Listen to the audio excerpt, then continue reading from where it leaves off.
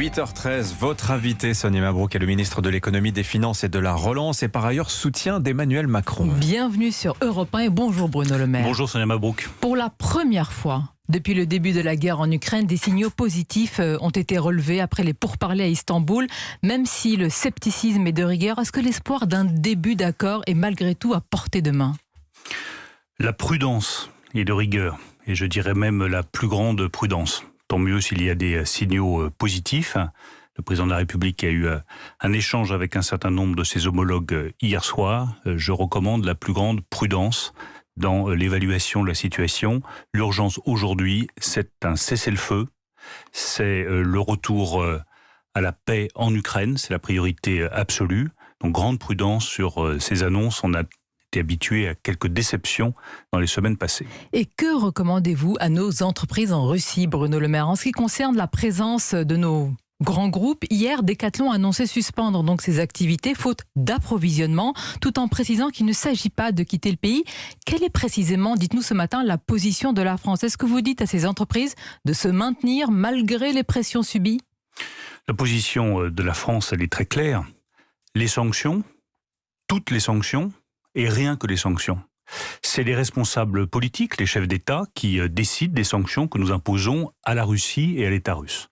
Et nous avons décidé un train de sanctions qui, je le rappelle, est le plus vigoureux qui ait jamais été décidé contre un autre État. C'est des avoirs qui sont gelés, notamment ceux des oligarques. C'est des exportations, des importations qui sont interdites. C'est la déstabilisation du système financier russe. Tout ça porte des coups très durs à l'économie. Et nous évaluons au fur et à mesure de la situation si d'autres sanctions sont nécessaires. La seule chose que nous demandons aux entreprises, c'est de respecter rigoureusement et scrupuleusement les sanctions décidées au niveau politique. Elles le font, mais sur leur maintien. Mais Bruno Le Maire, il y a des salariés qui sont insultés. Il y a une question d'image. Il y a, si vous voyez sur les réseaux sociaux ou ailleurs, des entreprises qui sont classées dans le camp du bien ou le camp du mal. Qu'est-ce que vous leur dites? Est-ce que la France leur apporte un soutien en leur disant restez, résistez, ou alors non? C'est les entreprises qui apprécient sur le terrain leur situation avec le nombre de salariés qu'elles ont en Russie. Vous voyez que certaines ont pris des choix qui sont différents. Renault a fait un choix, Auchan en a fait un autre. Nous, notre responsabilité, une fois encore, c'est de faire respecter les sanctions. On en a discuté avec les entreprises. Je pense que notre position, une fois encore, est très claire. Les sanctions, toutes les sanctions, rien que les sanctions. Mais est-ce que les mots de Zelensky, qui a mis clairement la pression sur nos entreprises, il est allé trop loin? Est-ce que c'est déplacé et démesuré? Est-ce que ça fait prendre un risque à nos entreprises? Ce sont quand même des salariés aussi qui sont sur place. Je pense que l'objectif, il est extrêmement clair. C'est affaiblir le pouvoir russe. Nous l'avons compris. Et donc, prendre des sanctions qui soient les plus efficaces possibles. L'objectif n'est pas de faire mal à la population française. L'objectif est de faire mal au pouvoir russe et à l'État russe. Mais attendez, ni de faire mal à la population russe. Monsieur le ministre, par exemple, le patron d'Auchan qui dit dans le journal du dimanche, moi je reste parce que de toute façon, on ne va pas priver la population russe de cela. Il ne s'agit pas aussi de faire gonfler l'inflation. Est-ce que vous dites qu'il a raison? Je dis que chaque entreprise, en fonction de sa situation sur le terrain, peut prendre des décisions différentes. Et pourquoi que nous, notre responsabilité d'État... Si nous partons, quelles entreprises d'autres entreprises vont nous remplacer? Nous parlons de guerre et de paix. Et quand on parle de guerre et de paix, il vaut mieux avoir une stratégie qui soit très claire. La stratégie qui a été définie par le président de la République, c'est affaiblir le pouvoir russe et faire mal au pouvoir russe. Et je considère que nous le faisons. Regardez le cours de la rouble, regardez le système financier russe, regardez l'état de l'économie russe avec une récession qui s'annonce très sévère à nos en entreprises 2021. En retour. Non, ce n'est pas notre objectif, je le redis, c'est de faire mal au pouvoir russe. Donc nous tenons cette ligne-là. Dans le même temps, le président de la République est en tête des leaders européens pour amener Vladimir Poutine à la négociation. Il multiplie les contacts. Monsieur le Maire, déploie tous les efforts nécessaires pour ramener Vladimir Poutine à la raison et essayer de trouver un accord de paix entre l'Ukraine et la Russie. C'est cette stratégie-là que nous déployons. Les prix des carburants, ils sont hauts, Bruno Le Maire, au-dessus des 2 € le litre, malgré une micro-baisse hier, mais vraiment elle ne se ressent pas. Le gouvernement a donc promis une remise de 18 centimes le litre, là ça sera dès vendredi. Elle est déjà appliquée dans certaines stations, mais beaucoup de Français que nous interrogeons à ce micro nous disent « c'est dérisoire, on ne ressent rien, ça ne fait rien ».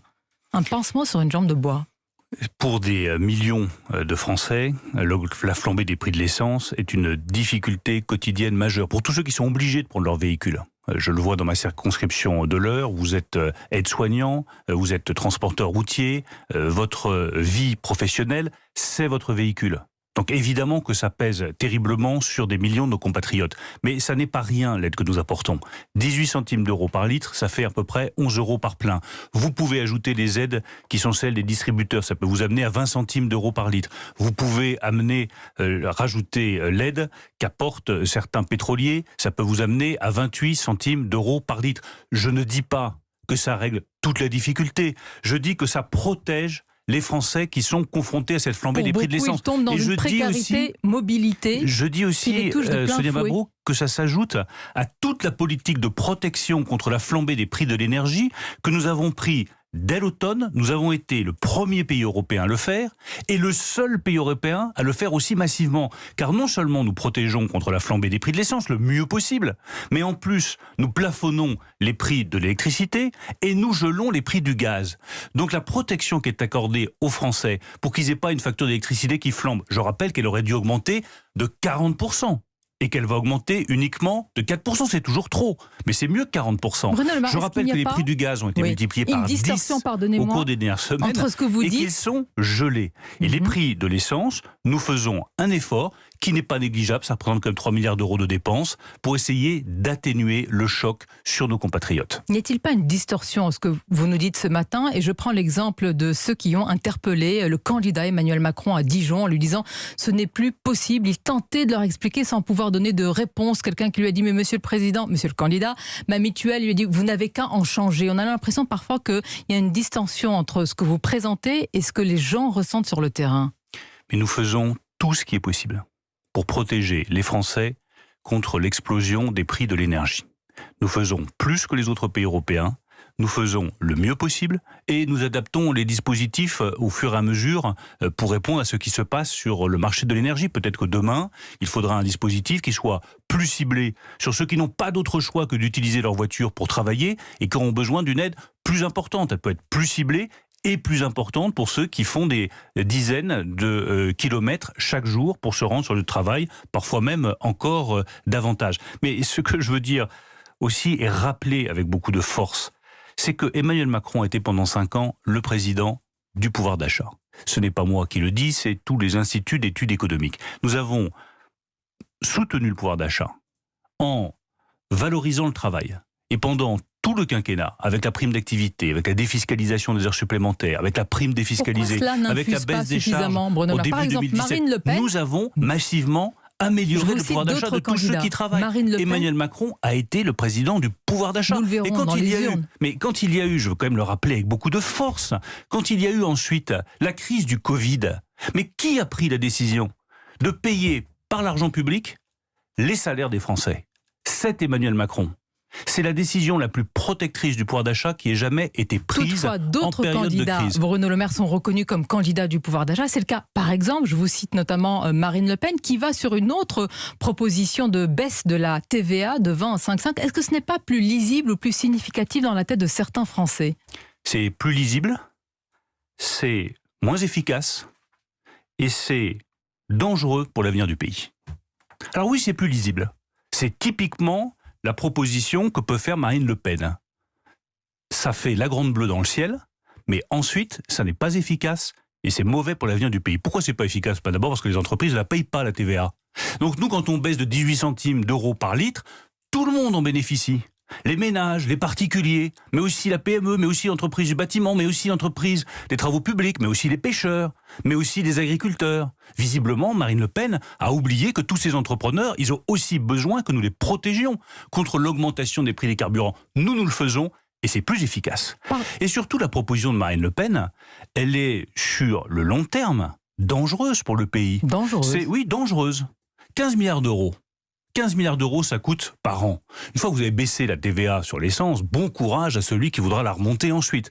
Donc ça veut dire 15 milliards d'euros pour les énergies fossiles. 15 milliards d'euros pour les producteurs de pétrole. Ça veut dire 150 milliards d'euros sur 10 ans, puisque vous ne pourrez pas revenir sur cette baisse de TVA. Je croyais qu'il y avait un quoi qu'il en coûte. Vous préférez, mais Sonia Mabrouk, le quoi qu'il en coûte, c'est pas le grand n'importe quoi. Le quoi qu'il en coûte de Marine Le Pen, c'est le grand n'importe quoi. Parce que claquer 150 milliards d'euros sur 10 ans, pour le pétrole, c'est-à-dire pour l'Arabie Saoudite et les producteurs de pétrole, au lieu de le faire pour les énergies renouvelables, pour le nucléaire, pour la transition climatique, pour aider les Français à acheter un véhicule qui consomme moins de carburant, pour aider les Français à transformer leur logement et avoir un logement moins énergivore, je pense que c'est dangereux pour le pays. Et enfin, c'est dangereux aussi parce que c'est dangereux pour les finances publiques. Donc vous le voyez, je préfère une proposition comme celle que nous faisons. C'est vrai qu'elle est moins éclatante, elle est moins espatourifante, mais au moins elle est responsable, elle protège les Français et surtout c'est une proposition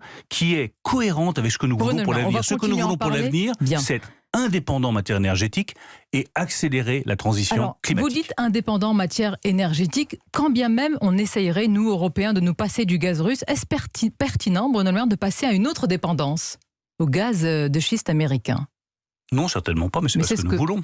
C'est ce qui va être fait en tous les cas. Nous voulons trouver des solutions immédiates. Parce que ma responsabilité, notre responsabilité avec le président de la République, c'est d'anticiper tous les scénarios.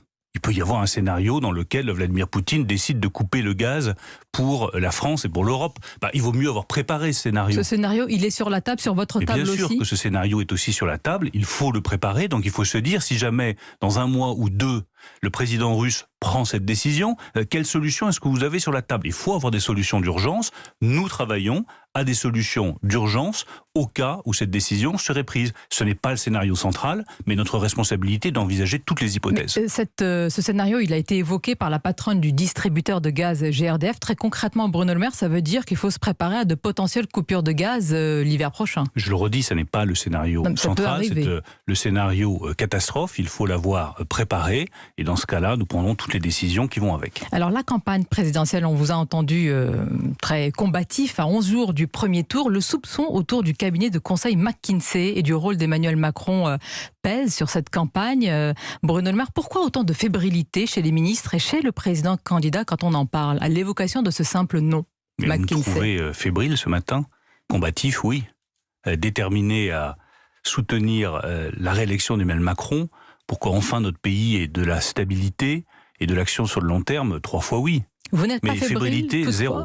Bien, alors vous répondrez peut-être avec beaucoup de clarté à certaines questions. Non, mais je vais vous répondre très clairement. Ceux qui sont fébriles, vous me posez une question sur la fébrilité. La fébrilité, c'est celle des oppositions. Qu'est-ce que montre cette affaire McKinsey?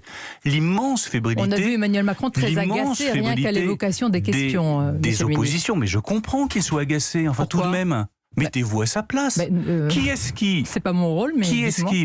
Essayez une seconde, Sonia Mabrouk, de vous mettre à la place du président de la République. On pose les mêmes questions à tous. Il a pendant 5 ans combattu l'évasion fiscale, combattu l'optimisation fiscale. Il a mis sur pied la taxation des géants du digital. Nous sommes pris, je le rappelle, des sanctions de M. Trump à l'époque parce que nous portions justement cette justice fiscale pour que les Google, les Amazon, les Facebook payent bien leurs impôts en France. Il a été le chef d'État européen qui a porté avec le plus de force la taxation minimale sur les plus grandes entreprises, la taxation à 15% pour lutter contre l'optimisation fiscale. Il est le président de la République qui a imposé l'amende la plus élevée de lui poser des questions sur la plus élevée à Google. 1 milliard d'euros d'amende à Google. Malgré tout, je vous pose la question. Parce qu'ils localisaient leurs profits en Irlande au lieu de payer leurs impôts en France. Donc je comprends que le président de la République, qui était à la pointe du combat contre l'optimisation fiscale et pour la justice fiscale internationale, soit un tantinet agacé. Bien, donc il y a un agacement. Les oppositions, n'ayant rien d'autre à se mettre sous la dent, aucune proposition à formuler, montent en épingle ce sujet. C'est pas une question, et je ne relais pas l'opposition, je vous pose des questions en direct. D'ailleurs, c'est le Canard enchaîné qui parle de cela. Est-ce que Bercy a fermé les yeux sur des montages fiscaux qui auraient dû donner l'alerte et sonner l'alerte? Bercy a imposé, je le rappelle, la plus grosse amende fiscale qui ait jamais été imposée à Google. 1 milliard d'euros, 500 millions d'euros de redressement fiscal, 500 millions d'euros d'amende. Oui, mais on n'a pas de leçon à recevoir, Sonia Mabrouk. C'est une question. De qui que ce soit. Est-ce que vous avez fait des concessions en matière de lutte contre l'optimisation fiscale?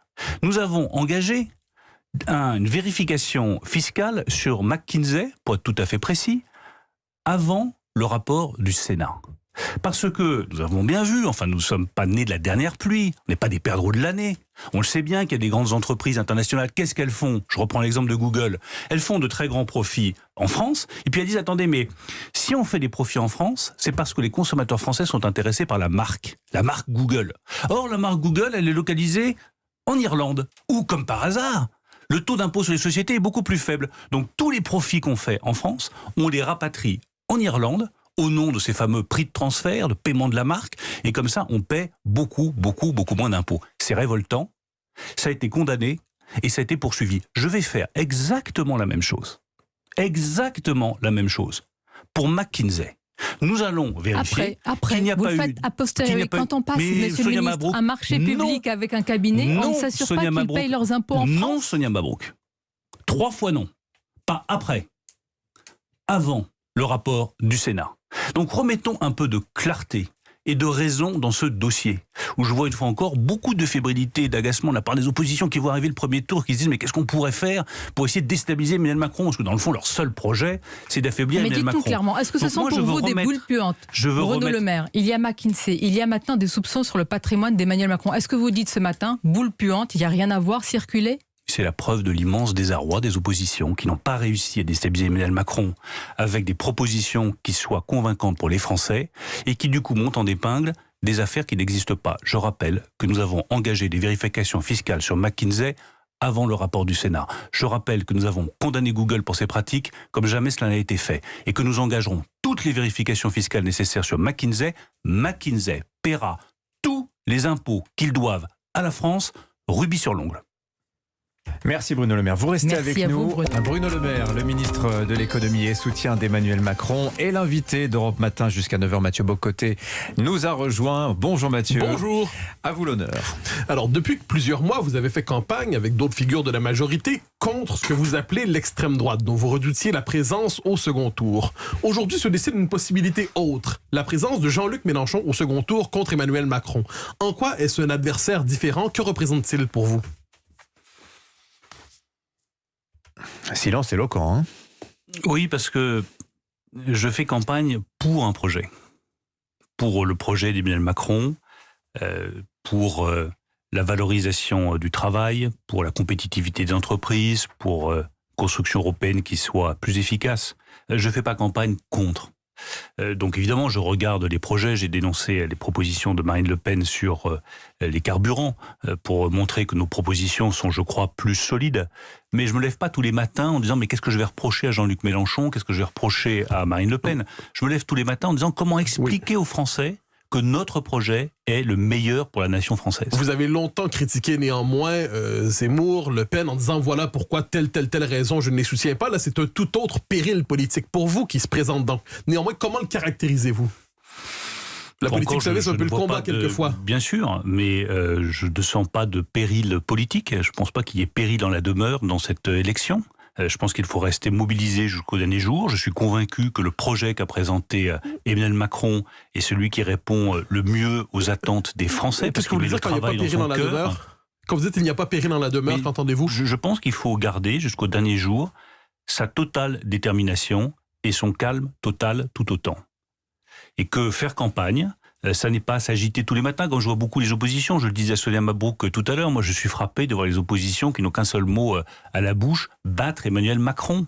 Moi, mon objectif n'est pas de battre un tel ou de battre un tel, c'est que Emmanuel Macron puisse continuer l'action qu'il a menée au service des Français depuis 5 ans et qui permet aujourd'hui à la France d'avoir une situation économique meilleure que celle de ses voisins, d'avoir un taux de chômage qui est l'un des plus bas depuis des décennies, un taux d'emploi le plus élevé depuis 1975, d'avoir retrouvé une attractivité que nous n'avons jamais connue, d'avoir une présence sur la scène internationale et sur la scène européenne que nous n'avions pas eue depuis des années. C'est pour ça que je me bats. C'est pas une fois encore contre un tel ou contre un tel. Permettez-moi de vous rappeler que vous êtes en campagne néanmoins contre des adversaires qui vous critiquent aussi. Et vous savez, j'ai fait beaucoup de campagnes. Oui, mais vous j'ai fait des campagnes de primaire, j'ai fait des campagnes législatives, et j'avais une ligne de conduite à toutes les campagnes législatives que j'ai menées. C'est de ne jamais parler de mes adversaires, de parler de ce que je défendais pour les habitants de ma circonscription de l'Eure. Ça m'a plutôt réussi. Et pourtant, donc j'estime que pour défendre Emmanuel Macron, la meilleure façon de le faire, c'est quand il y a des propositions que je juge déplacées ou inefficaces, je les dénonce, mais je veux surtout porter les propositions du candidat. Et pourtant, vous parlez de vos adversaires assez souvent, de temps en temps. À tout le moins, je vous ai souvent entendu dire les extrêmes. C'est un terme que vous utilisiez pour parler de vos adversaires. Vous connaissez la formule de Malraux qui disait « Entre nous et les communistes, il n'y a rien ». En ce moment, on peut dire que La République en marche, ou à tout le moins la coalition présidentielle, aura vidé d'abord le Parti socialiste, est en train de vider probablement une bonne partie des Républicains. Diriez-vous demain ou après-demain qu'entre la coalition présidentielle et les extrêmes, il n'y a rien? Je pense que le procès qu'il y a derrière, c'est de nous expliquer que la recomposition politique qui était engagée en 2017 pourrait conduire à l'absence de débat politique. Je crois exactement l'inverse. Je crois simplement que nous avons un débat politique qui est sur des bases qui vont être plus saines.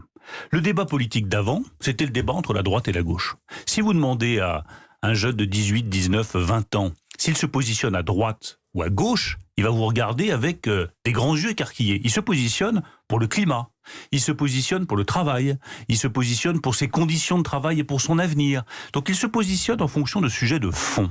Et c'est exactement ce qui est en train de se passer aujourd'hui. On sort de décennies où le positionnement se faisait autour de la droite et de la gauche pour aller vers un positionnement autour de 3 grands pôles politiques, le pôle de la décroissance, le pôle du nationalisme et le pôle central que représente Emmanuel Macron. Ça n'interdit pas le débat politique, ça fait reposer le débat politique sur des sujets de fond plutôt que sur des appartenances partisanes. Et c'est mieux pour le pays. J'entends très bien, mais un deuxième tour entre Emmanuel Macron d'un côté, ne doutons pas de sa présence, mais de l'autre côté, l'autre candidat que vous associez, permettez-moi de le redire, vous avez une forme de continuité dans votre discours, aux extrêmes. Vous parlez aujourd'hui de la décroissance, des nationalismes, mais les extrêmes est un terme que vous avez souvent utilisé.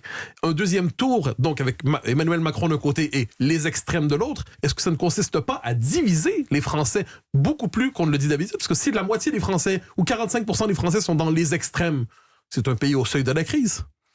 Mais notre pays n'est pas au seuil de la crise, notre pays doit choisir ce qu'il veut pour les 5 prochaines années. Et retirons ces mots d'extrême, retirons toutes ces étiquettes qui finalement brouillent le débat et regardons maintenant... Vous considérez qu'on a tort d'utiliser le terme les extrêmes pour parler de nos adversaires? Je pense que nous sommes à 10 jours de l'élection présidentielle et que la seule chose qu'il faut faire, c'est regarder ce que proposent les candidats sur les retraites, le travail, le climat, les entreprises, l'Europe. Parce que contrairement à ce qu'on dit, et je veux en profiter pour dire à quel point il est vital de voter, et à quel point l'abstention est un poison, la politique change les choses. La politique fait la différence.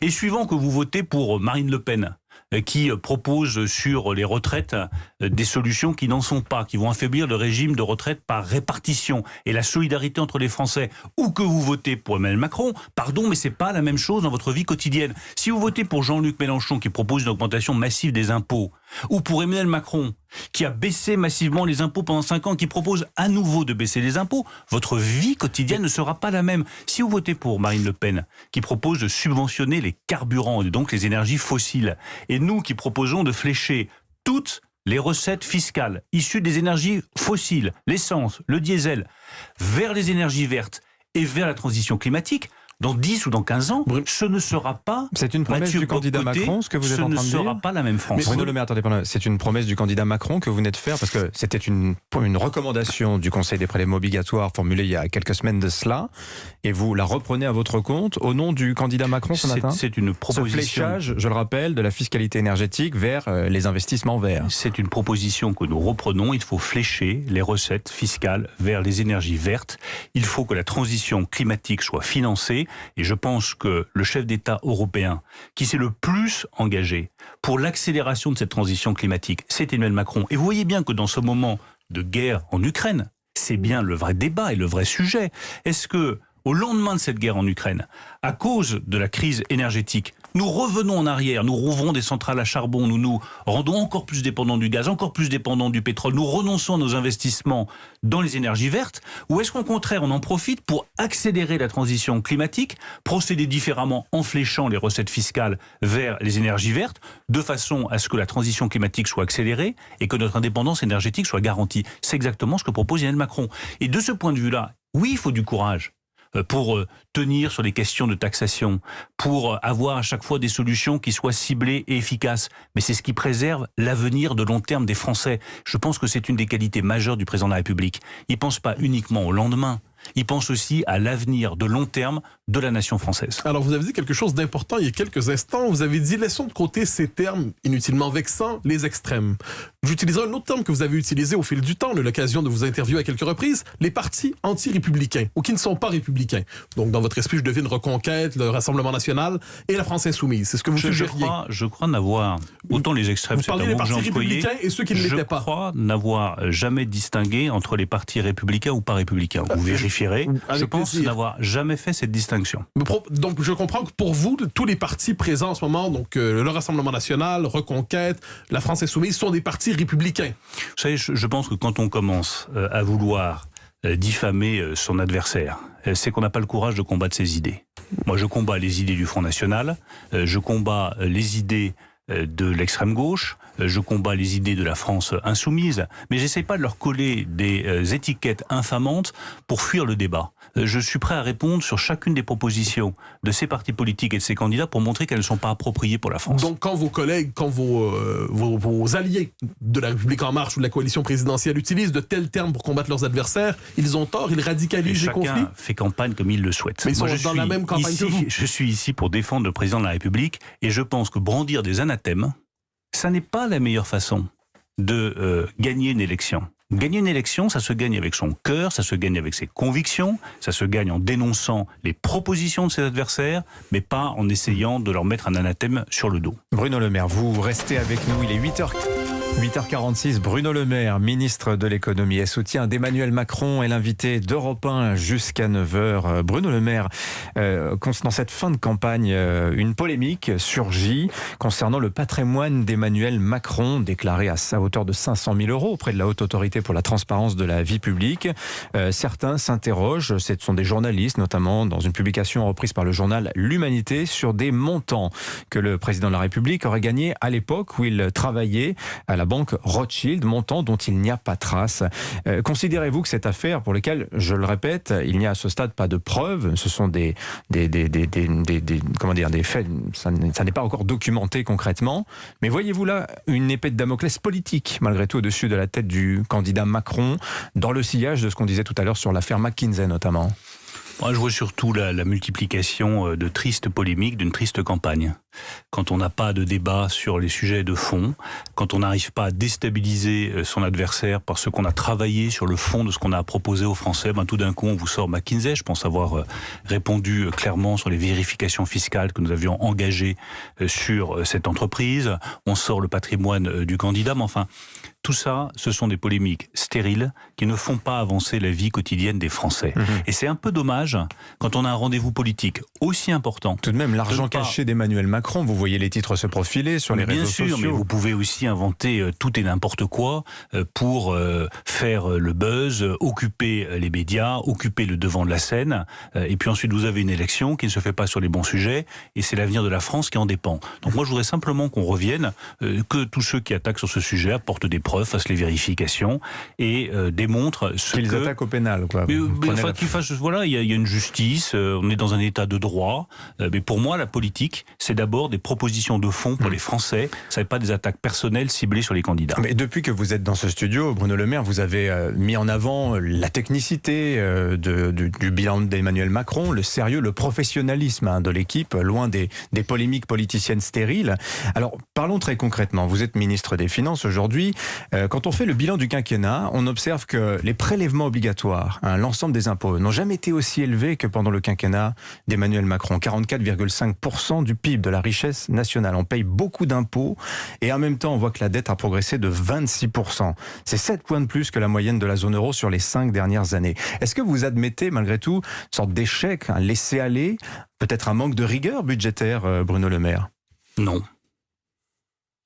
Absolument pas. Vous savez vous-même, Dimitri Pavenko, que vos chiffres sont présentés de manière fallacieuse. Ah bon? Mais bien absolument sûr. Pas. Mais les chiffres sont... Vous pouvez toujours prendre un pourcentage de prélèvement obligatoire en prenant un PNB qui était affecté par la crise. Vous savez que c'est malhonnête. Vous êtes suffisamment bon journaliste pour savoir que ça n'est pas honnête. Oui, sauf le que chiffre est honnête, l'écart se creuse notamment en période hors Covid. Le chiffre avant qui 2019. est intéressant, que vous connaissez aussi bien que moi, vous en souriez même. Donc vous savez parfaitement que votre présentation... Je suis un peu surpris que vous m'accusiez de votre présentation n'est pas honnête. Votre présentation serait plus honnête si vous disiez qu'entre 2017 et 2022, Emmanuel Macron a baissé les impôts des ménages de 26 milliards d'euros, qu'il a baissé l'impôt sur le revenu, qu'il a supprimé la taxe d'habitation. Elle serait plus honnête si vous montriez que nous avons tenu bon sur la baisse de l'impôt sur les sociétés. Quelle autre majorité aurait tenu bon dans la crise pour dire l'impôt sur les sociétés était à 33,3%.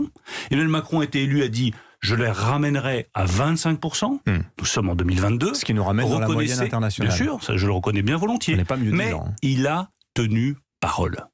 Et je vais vous dire, ce qui fait la force d'Emmanuel Macron, c'est précisément que les engagements qu'il a pris, il les a tenus. Et sur les finances publiques, je rappelle qu'entre 2017 et 2018, nous avons sorti la France de la procédure pour déficit excessif. Nous la avons dette est restée réduit stable quand le elle niveau baissait de chez dette. nos voisins. Mais je suis tout à fait d'accord, mais nous avons tenu notre engagement. Après, nous avons fait un choix pendant la crise du Covid, et ça c'est un vrai débat politique. Moi je suis prêt à échanger avec n'importe qui sur ce sujet. Avec ceux qui nous disent qu'on a cramé la caisse, avec ceux qui nous disent qu'on n'a pas fait assez. Nous avons pris des décisions sages, responsables, qui ont sauvé l'économie française. Et les restaurateurs qui nous écoutent, les hôteliers qui nous écoutent, les indépendants qui nous écoutent, dans le fond d'eux-mêmes, ils le savent et ils nous le disent.